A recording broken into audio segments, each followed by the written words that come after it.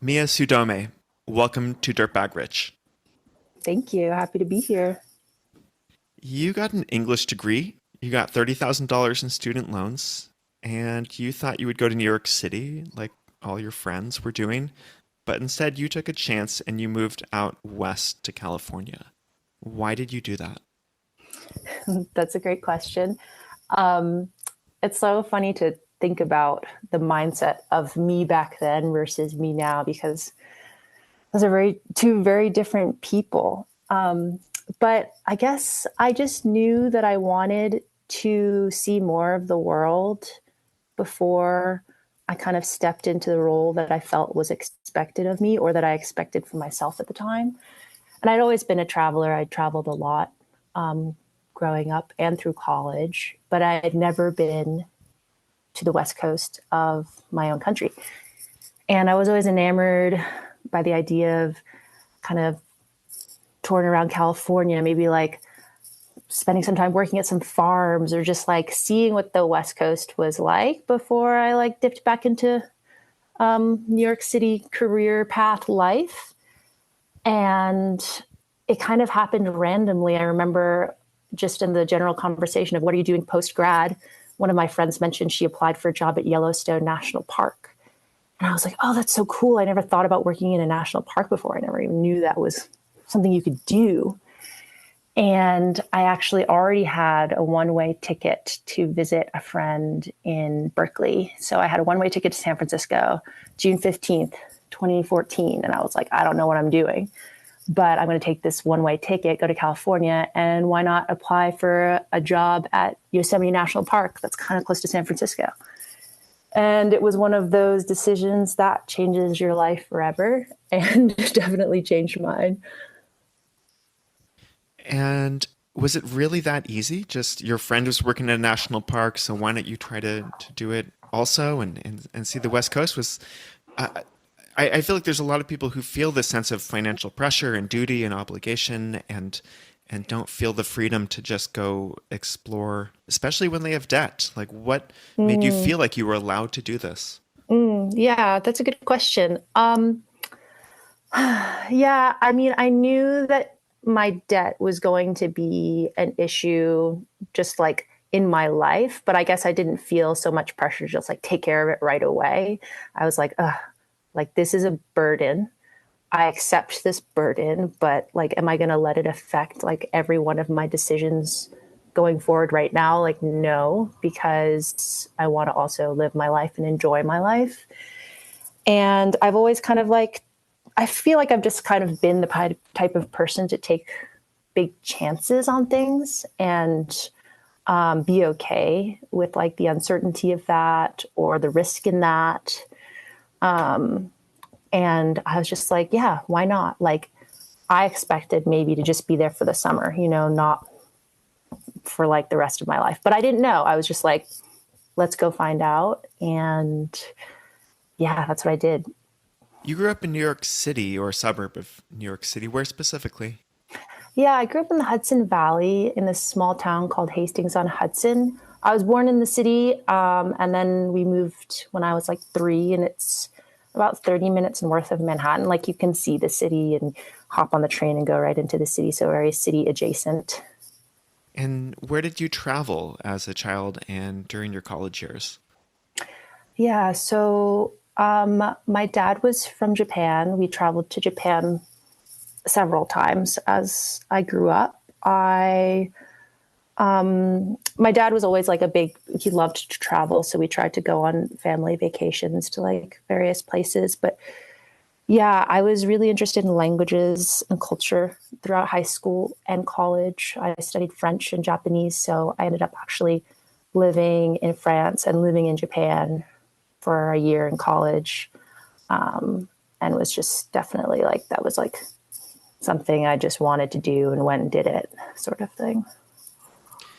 And did you spend much time in a wilderness context before you ended up working in Yosemite Valley? No. And that's what like I feel like is interesting about my story. And like it still surprises me today. Like, why did I become this person? Like there was nothing in my life that pointed me in this direction beforehand. because I didn't grow up in any wilderness context. Like I remember going camping like maybe twice and being like, oh, this is whatever, like it's kind of cool novelty thing, but it wasn't like it didn't capture me. And then I was always athletic growing up. I played soccer, spent time outdoors in that sense, and I loved like moving my body in that way. But yeah, I didn't even start rock climbing until my senior year of college. Like second semester senior year, got taken out to a climbing gym and thought it was cool, but I was like, oh, I'm too old to get good at this. This is so much technique and coordination and it's fun. But like, it didn't like, a lot of people have stories about like, oh, it captured me right away. And it didn't capture me right away until I moved to Yosemite and Mm. like, was like, oh, wow, this is rock climbing. So, yeah. Yeah. Tell me about your time in Yosemite Valley and how you were captured by it. Yeah. So I knew rock climbing existed there, but I didn't know like it was the mecca of rock climbing in the United States. And like, it's referred to as the center of the universe for the climbing world because it's just like where everything was born, like where it all happened. And I knew like, oh yeah, there's that formation called Half Dome, I think, and El Cap, but like, or El Capitan. But I didn't really know very much about it. I like remember taking the bus in and like just being like, oh my God, like what? This is what it looks like. Like I like barely did any research before. It's just funny to me. But I remember like my first job there was a cashier at the Village Grill, which is like a glorified McDonald's right in the village. My first paycheck, like I was like post grad was like $124 for the week. And I was like, oh my God, like, what am I doing? Like, how, how am I going to live like this? But like, I just was like, so amazed by this lifestyle that people were living and this sport called rock climbing that people started teaching me. And I was just like, oh my God, like, this is totally worth it. I'm definitely sticking this out for this experience. And that summer turned into 5 years of my life. So a lot of people might go and just see this as a service job with some pretty surroundings. I mean, how did Mhm. this turn into something bigger for you? Who did you meet? What kind of experiences did you have? What was the magic that you experienced? Yeah, the magic was definitely in the community and just like, I don't know, the alternative lifestyle of being like, okay, we live in a national park. That's crazy. It's weird. But like, we're allowed to live inside of it, not outside of it. There's a lot of national parks where you live outside and come in, but we live inside of it. We pay so little in rent and get to work these jobs and go, you know, exploring and climbing whenever we want outside of that. Just the place itself is a magical place. Like Yosemite Valley, if you've ever been there, it's just the valley itself is just has just this power to it because of these, you're just inside these tall, like enormous iconic walls and you're like, whoa, like if I just learn a little bit more, try a little bit harder, like I can climb those walls. And there's definitely, there's a power there, but also just being surrounded by people who also feel the same way. I think the community really shapes the way that you feel about the way that you live your life and that it's like acceptable. And who was in the community and what kind of lifestyle values were they espousing? And how is this different from the New York lifestyle values? Yeah, totally. Definitely very different from New York lifestyle values. I mean, I just always assumed that I would like, I said before, move to the city, get a job, like live a pretty normal life. And then moving to Yosemite just like introduced me to like the rock climbing community, the dirt bags, the seasonal workers, the people who like shape their lives around the pursuit of this sport. And like I say sport very lightly because most of us think of it more as a lifestyle. It's not just something you do, but it's something that you are or like you base your life around in some way. So it just feels more than just an activity. But yeah, the people that I met just showed me that, yeah, you could build your life around something like that. And it was so fun to have all of these a different picture about what life could look like. So your first job there was straight up service industry in a restaurant. Uh, Mm-hmm. were you able to work there full time year round? Did you get other jobs? How did you stick it out? Yeah, I worked in the service industry for a long time. I mean, I've worked in restaurants since I was 15, so it was pretty normal to me to do that. I ended up working in the Iwani Hotel, which is like the nice hotel there, like bussing tables, cocktail waitressing at the bar, working at the lodge in Tuolumne, and eventually I started guiding, rock climbing guiding for the Yosemite Mountaineering School. And that was kind of like a little bit more of a step forward towards a career in my mind. But yeah, mostly just serving tables and sometimes taking time off, sometimes like working in the summer and then taking the winters off and then going back was definitely like a typical schedule. What would you do in the winters? I would climb, I would travel, I would live out of my car, go where my friends were going. You were a dirtbag. I was a dirtbag. Were you Yeah. capable of saving money, or were you just breaking even during this time? I was definitely more breaking even. I didn't make that much money and therefore didn't save that much money. I would mostly spend it on trips and just cost of living, like gas, food, yeah, traveling. And but it was always like, oh, but I'll just go, back to the job and like back to serving tables and Hmm. making money again. It was, an easy thing to fall back on at Were you that paying your time. student loans down also? Yeah, slowly, like the bare minimum chipping away. So, when did you get your first break as a photographer? So it wasn't until I think 2019. But I guess to preface it, I've always like had a camera on me. Always been like something that I really enjoyed since high school, just taking photos. But for some reason, never really thought about it as a career path. I guess growing up, I didn't really have many examples of that. And it wasn't really until later where I was like, oh, other people like do this and like make money doing this. And I always took photos in Yosemite, and there was a couple photos I took that I ended up selling to Patagonia, and I remember just getting that paycheck from selling those photos and being like, "This is my aha moment," like, "Whoa, like I can make money doing this," and I'm gonna start trying. How did you even get connected to Patagonia? How did they discover you, or how did you reach out to them? Yeah, well, I definitely did not get discovered. I wish everybody wishes they could get discovered. But I got really lucky because I had a connection to someone who shot a lot of photos for them, or shoots a lot of photos for them, actually. And shout out to Drew Smith because he was the one who connected me to the photo editor at Patagonia. And Patagonia is pretty like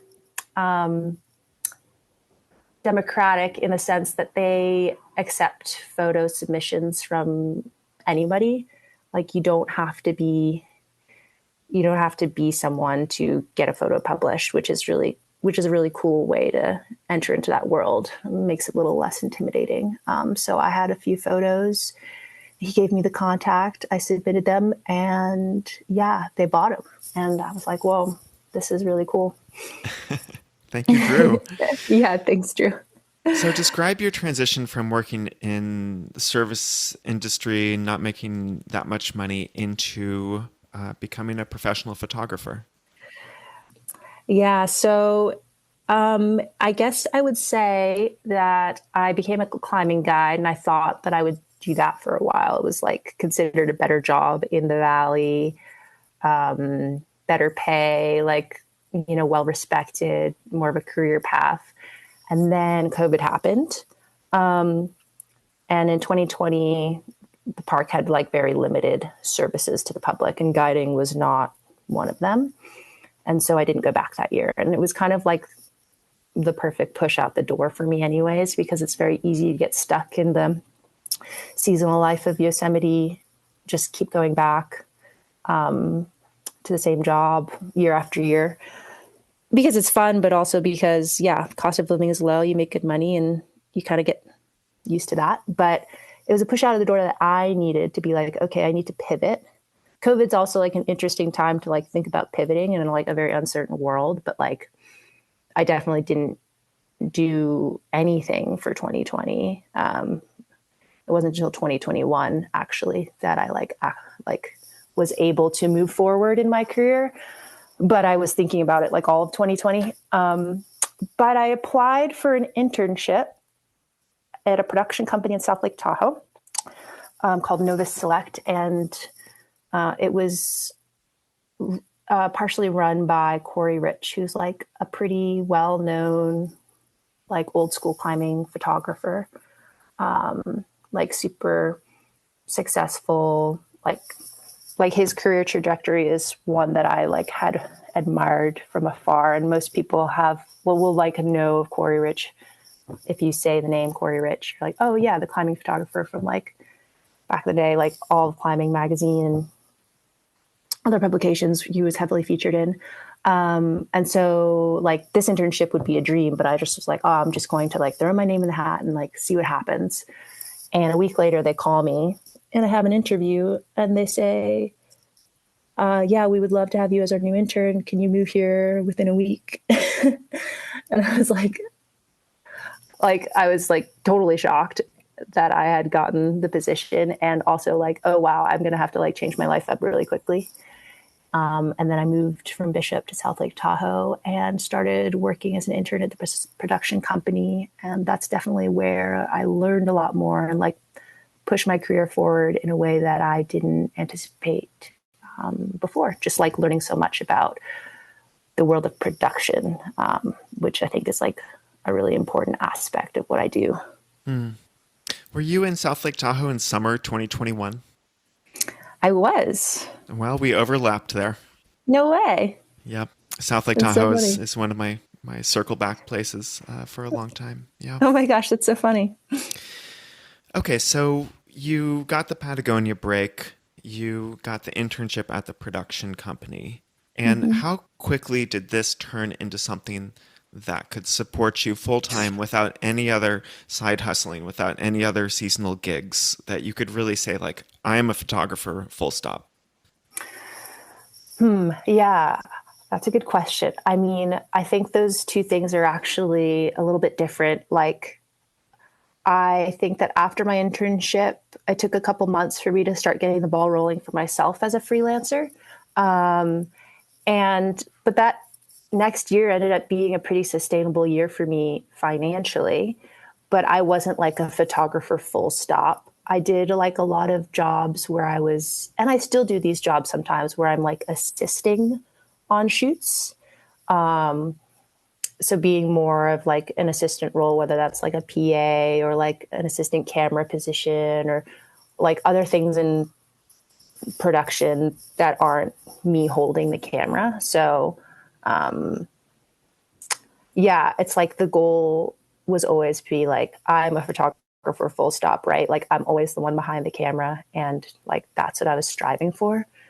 But that like didn't happen like the first year, but I still was able to like scrap up a bunch of different jobs where I was in that world and like maybe I was shooting half the time and half the time I was like doing assistant roles, but like I didn't have to go work at a restaurant, you know, like all my jobs were in the world that I wanted to be in.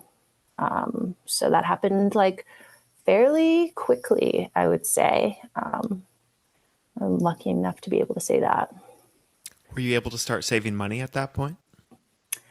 I was able to start saving money at that point. Yep. My overhead was still really low.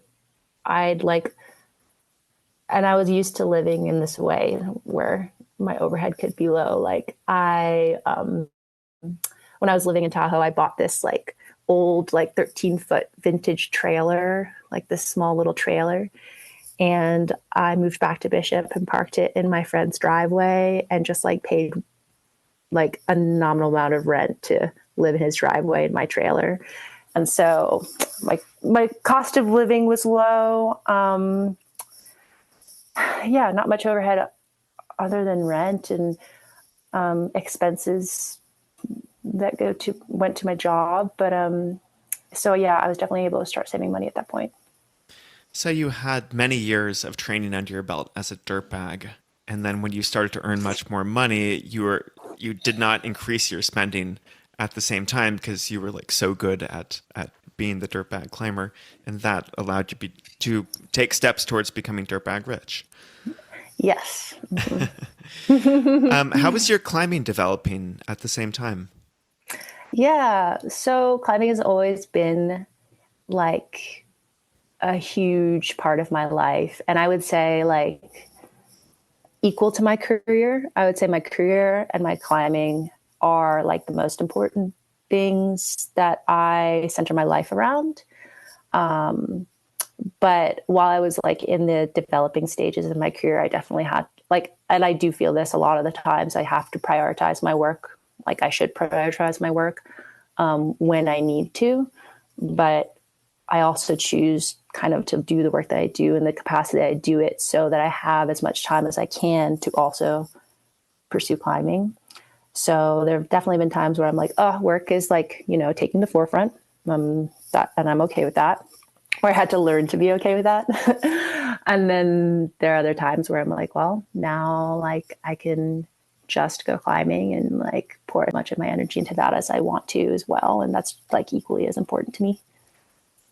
So, have you been able to become the climber that you want to become? I'm not even sure how to ask that question correctly. Are you satisfied with your life in this thing which is more than a sport? I'm definitely satisfied with my life as it's turned out so far as the balance goes. Like I said, I do have to make sacrifices sometimes for the sake of work, which is obviously just a part of living. And also, I love what I do. So I feel so grateful that I'm like, oh, I have to go to this job. Like, I'm excited to go do this job.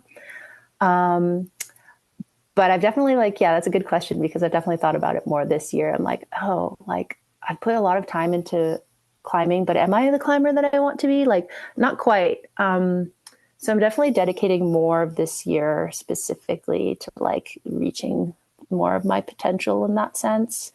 And I'll be curious what that looks like and like what sacrifices I'll have to make for that. But it still like means so much to me. And I'm like, oh, I don't want to just like have a good balance of like, I go climbing and I go to work and I'm happy with that. Like I also like have goals that I want to achieve in my climbing and in my work. But yeah, I want to put as much energy as I can into climbing this year for sure.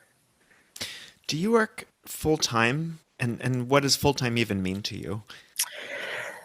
Yeah, it's a really good question. Full time is like a hard thing to define for me because yeah, work is just erratic. Like sometimes I'll be, out on a shoot for a week at a time, but like pretty much every hour of the day is like working and then sleeping and then working again. And then I'll have stretches of time off, but during my time off, there's always something to do, whether it's admin work, taxes, emails, website, looking for jobs. There is a lot of other things that go into like maintaining your own business, of course. But I feel like at least when I'm not on a shoot, I feel like I pretty much spend like every other day working and every other day just climbing. Like on my climbing days, I don't work. I just go outside and Oh, enjoy my yeah. time. Yeah. That is a good ratio. And It is. and especially if when you're out there climbing, you don't have to be checking your phone or thinking about work or having that occupy real estate in the back of your brain. Yeah, definitely. And sometimes I don't have the choice. Like there have been definitely been times where I'm like on the side of El Cap, like taking a work phone call or like, yeah, out at the boulders, like answering an email for sure. But like most of the time it's just like, it'll take up like at most a half hour of my day, and the rest of the day I'm just like enjoying my free time. And that's definitely the way that I like to live my life. So if you average it out, it sounds like you're working more than half time, but less than full time. Yeah. Something like it's hard to put a number on this, right? But Yeah. you Hmm. don't feel like you're constantly stressed and obsessed with work. No. And I definitely feel like I could, like, there's definitely a world in which sometimes I feel like I should be, hustling more, working more. But I don't want to. Like, I think that my like sanity is better intact if I give myself the time off that I like, that I feel like I need. My happiness. That's your New York City alter ego speaking there. Yeah, exactly. So tell me a bit about your background and specifically about your dad's influence on your life and your decision to become self-employed. Yeah, totally. Yeah, I feel like I feel like it's something I'm like coming to terms with more now. It's funny, the ways in which you become the person you are sometimes not like so clear to you until later. And yeah, I've thought about it a lot more recently about how my dad's influence has led me to where I am today, and just like his example of the way that he lived his life. He was an immigrant from Okinawa, Japan, who came over to the United States with a dream and not really like the resources to execute that dream, meaning that like he was broke and barely spoke English and like moved to the States and into New York City as a hairstylist. And he was like classically trained in Japan as a hairstylist, but knew that he wanted to move to a city, a foreign city far away, and like open his own hair salon and follow that dream. And that's what he did, which is incredible. Like, I still wish I like knew more about the details of all the like minute details of his life, because he died when I was 14. But yeah, he successfully opened up two salons, one like in the near the neighborhood that I lived in, and one in Manhattan. And him and my mom met, got married, had kids. And yeah, he just was like, had this entrepreneurial spirit always. And that's what I was raised around. And I think that just like kind of seeped into my understanding of like what was possible, without me really even realizing it until later. How do you think that seeped in there? Was there any like active instruction, active, hey, you should work for yourself? Or was it more leading by example? I definitely think leading by example, because when I think about like if he were alive throughout like the life choices I've made in my adult years, like he wouldn't have been like psyched on my path, because I think he would have wanted me to like lead a more traditional life in the sense of like getting a career that he approved of, or it's just like one of those classic parental things where they want success and security for their kids. And I think he expected a lot of me always, like as a kid growing up. And I think he would have been like, what are you doing? Like, why are you working in national park and not making any money and wasting away your years, like I don't think he would have been like especially excited about that. But when I think about like where I am today, I think that like he would be like, oh yeah, like that makes a lot of sense for you. And like, I can see why you did that. And maybe he would have been like honored and inspired by the fact that like it was a lot of it was because of him and like the way that he had lived his life, that I ended up in the way that I live my life has been based on. What about your mom? What role did she play in your life? Yeah.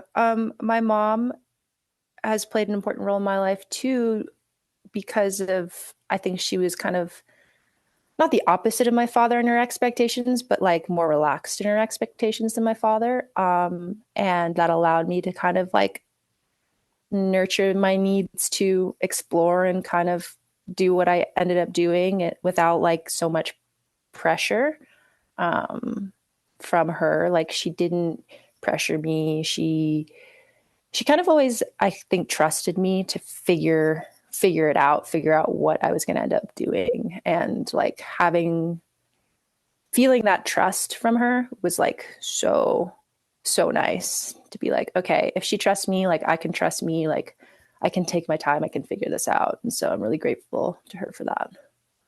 So circling back to the realities of your life, at this point you're paying rent, you're living in one place, you're not quite the dirtbag anymore. I'm curious if you can just tell me kind of the range of earnings that you've experienced as a photographer and how much of this you're capable of saving.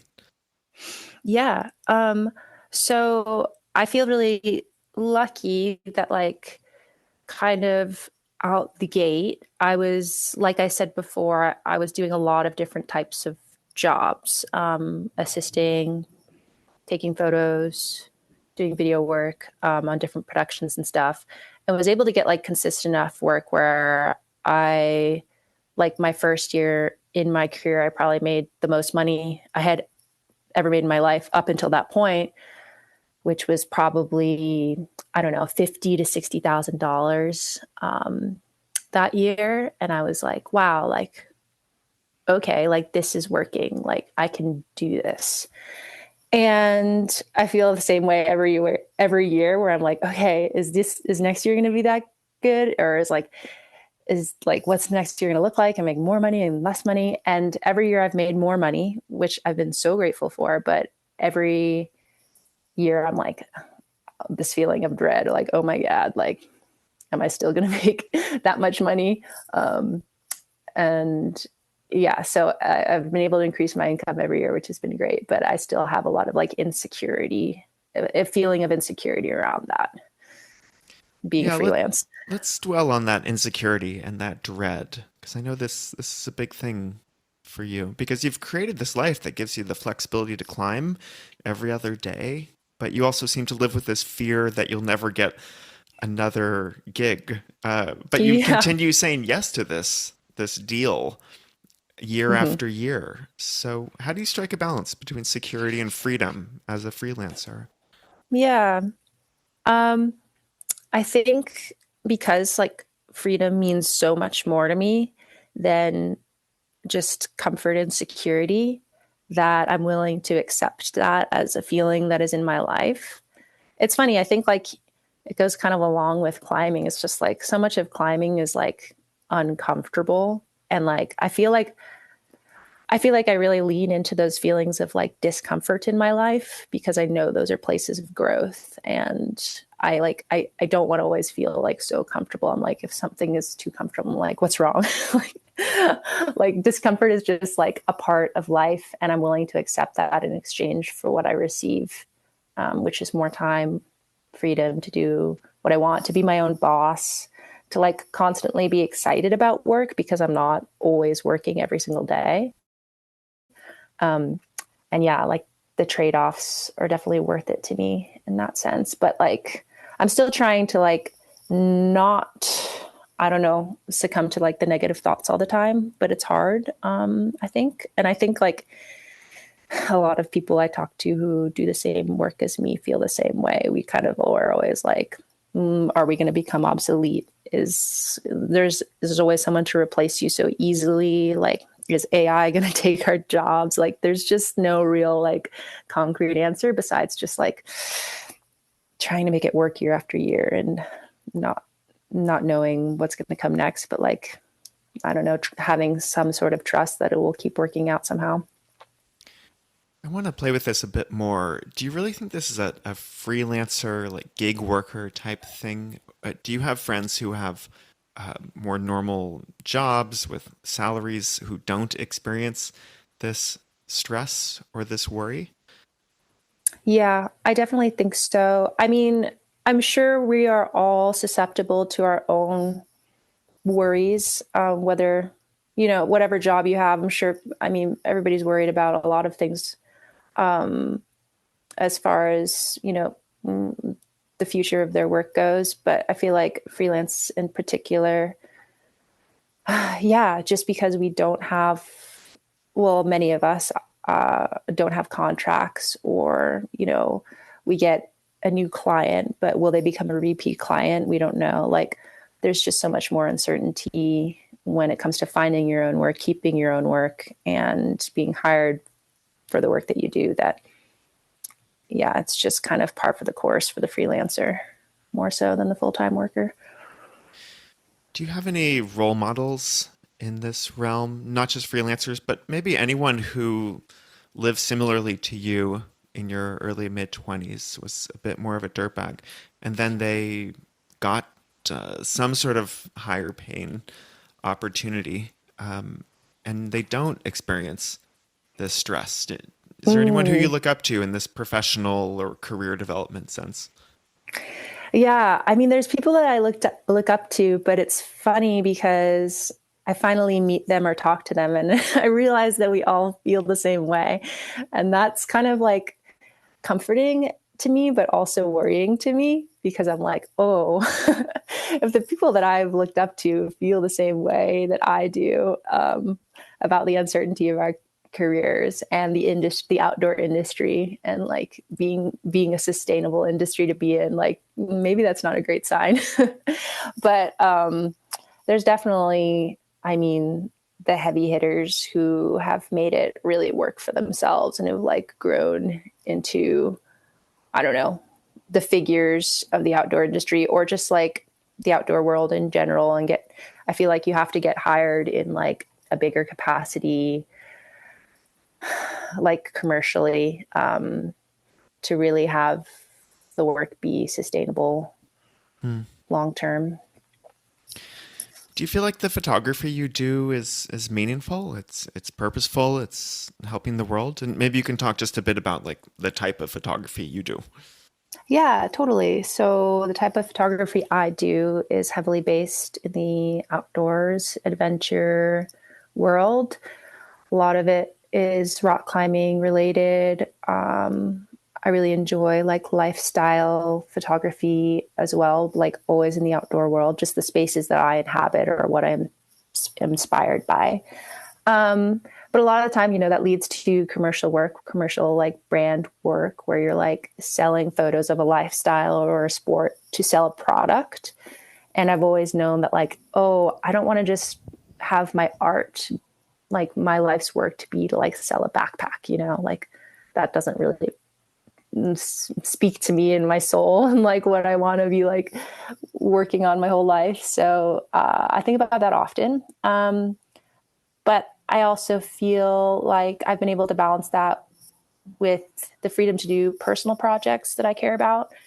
And I've also really entered into like the environmental nonprofit world more recently with some new clients doing a lot of video work. And that makes me feel like I'm contributing a little bit more, helping to like spread a message, some education, and yeah, kind of also getting to learn about topics that I'm interested in. Hmm. And that feels, yeah, pretty fulfilling. Can you give me a specific example from recent years where you've been out there getting paid to photograph something and you stop and you think, oh my gosh, I'm getting paid to do this? Like, this is incredible. Yeah. Um, I feel like I have a lot of moments like that, and I feel really lucky to feel that way, because sometimes I'm just like in environments where I'm like, wow. I mean, something that comes to mind recently where I was just somewhere, just that it just, that I was just like, my jaw was open, and it was just an experience that was really special. I'll stop talking about how I feel about it and I'll tell you about the experience. I guess I spent a lot of time in Yosemite this past November, and I had several jobs shooting on El Capitan, which is like the major climbing formation there. That is very tall, big wall. And since I had a couple jobs back to back, I decided to, because I was going to hike to the top and rappel down and shoot different climbing ascents. I decided to sleep on top instead of hiking back down to the valley and then hiking back up. And I knew there was a storm coming, so I brought a tent, but I didn't know it was supposed to storm so much. And I like, in the middle of the day, it's like dumping snow around me, like inches and inches of snow. And I'm just like huddled up in my tent, being like, oh my God, this is pretty intense. But then the storm stopped, and I like open up my tent and come outside, and I'm like, just experience one of the most beautiful sunsets of my entire life. And I'm just like above this gorgeous valley with like this clouds suspended through granite spires, and just everything is just glowing pink. And like, there's this beautiful tree at the top of El Cap called like the Tree of Life. We refer to it as, and it's just like covered in snow and looks like this Japanese woodblock print. And it's just really a novel experience to be on top of El Cap alone. Like while it's covered in snow, it's just like, it's not an experience a lot of people will ever see. And I was just like, wow, this is incredible that I get to be here and see this. And then like tomorrow I'm going to like rappel down, like shoot some video, like, and that's my job.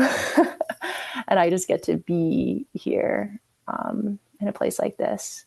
And yeah, I feel that often. I get to see so many, I feel like I get to see so many sunsets and sunrises. And I feel like that's a really special part, like a really random special part of my job, because I spend so much time outside looking, searching for good light. And those times of day always just feel special. Yeah. You don't see that very often listed in compensation packages for jobs or Yeah. benefits, you know, Right. incredible sunsets and sunrises Mm-hmm. amidst nature. Yeah, definitely.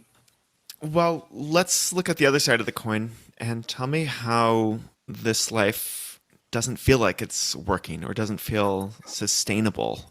And maybe outside of your base level of freelancer insecurity, what do you worry about for the future when you look farther down the line?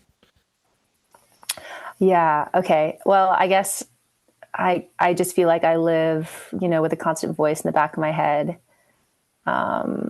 Yeah, saying, what if this is your last job? What if the phone just stops ringing? What if AI makes your job obsolete? I feel like sometimes I only have like soft skills, not hard skills that I can rely on or fall back on if I needed to like switch careers, and that's something that really worries me. Hard skills like building a house or like programming computers. Yeah, like I have a liberal arts degree. Like I didn't go to like a school for like engineering, for example, or program engineering, software engineering, or something just like really, a good job that you can like go out into the world and make money doing, like that the world needs right now somehow, and even like within my career, there are more hard skills that I feel like I can work a camera. That's kind of a hard skill, but kind of a soft skill, because I guess it's a little more creative and less technical. And I feel like technical jobs are more, like people are hiring more for technical jobs or specific technical jobs. Like everybody wants to be a photographer. Everybody wants to be a videographer, so there's a lot of competition in that world, and to make yourself stand out in that way is kind of tricky. And so, yeah, I worry about the long term. I worry about whether or not I'll be able to still make it long term, and like what I would have to fall back on if I didn't. Mm-hmm. Yeah. Hey, I'm right there with you. Uh, and I want to ask about the sustainability of being a member of the climbing world too. Mm-hmm. I have a number of friends who are climbers, and they tell me how it can be a very insular world. Many climbers do all their socializing, all their recreating, all their dating, everything within one tiny little bubble. And I wonder, since you've chosen to live in Bishop, which is its own climbing mecca, not very far from Mm-hmm. Yosemite, are you part of this climbing bubble, and does that feel sustainable to you? Yeah, that's a good question. I'm definitely part of a climbing bubble. And yeah, Bishop, California is probably home to like 7,000 residents. Very small. It's kind of like as big as my hometown I grew up in. And most of the people I talk to are climbers. And well, pretty much all of my friends are climbers. And yeah, that world does feel a little small sometimes. And like, I often think about like the experiences I might be missing out on by not living in a more like culturally diverse place, like a bigger city. But I also feel like climbing has given me so much and like opened my eyes to so much and allowed me to do so much that it just feels like it's made my world more expansive instead of smaller, I guess. Like I just feel like I have so much freedom to travel everywhere, and everywhere I go, I don't know.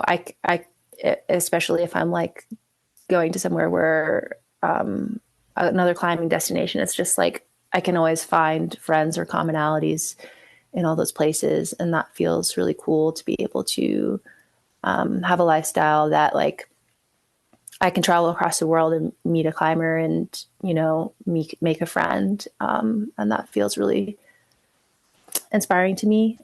But I also don't want to close myself off to like the greater world and what it has to offer. And I think that I myself am lucky because I get to travel so much for work and for play. And just like my work in general, I meet so many people and get to go in so many different jobs and just have new experiences that keep my outlook feeling like a little more fresh than if I just lived in Bishop year round. I think that would be harder for me if I just lived in Bishop year round. Do you have any upcoming climbing projects or work gigs or just personal travels that you're looking forward to? You know, ways that you're going to use your precious free time and flexibility.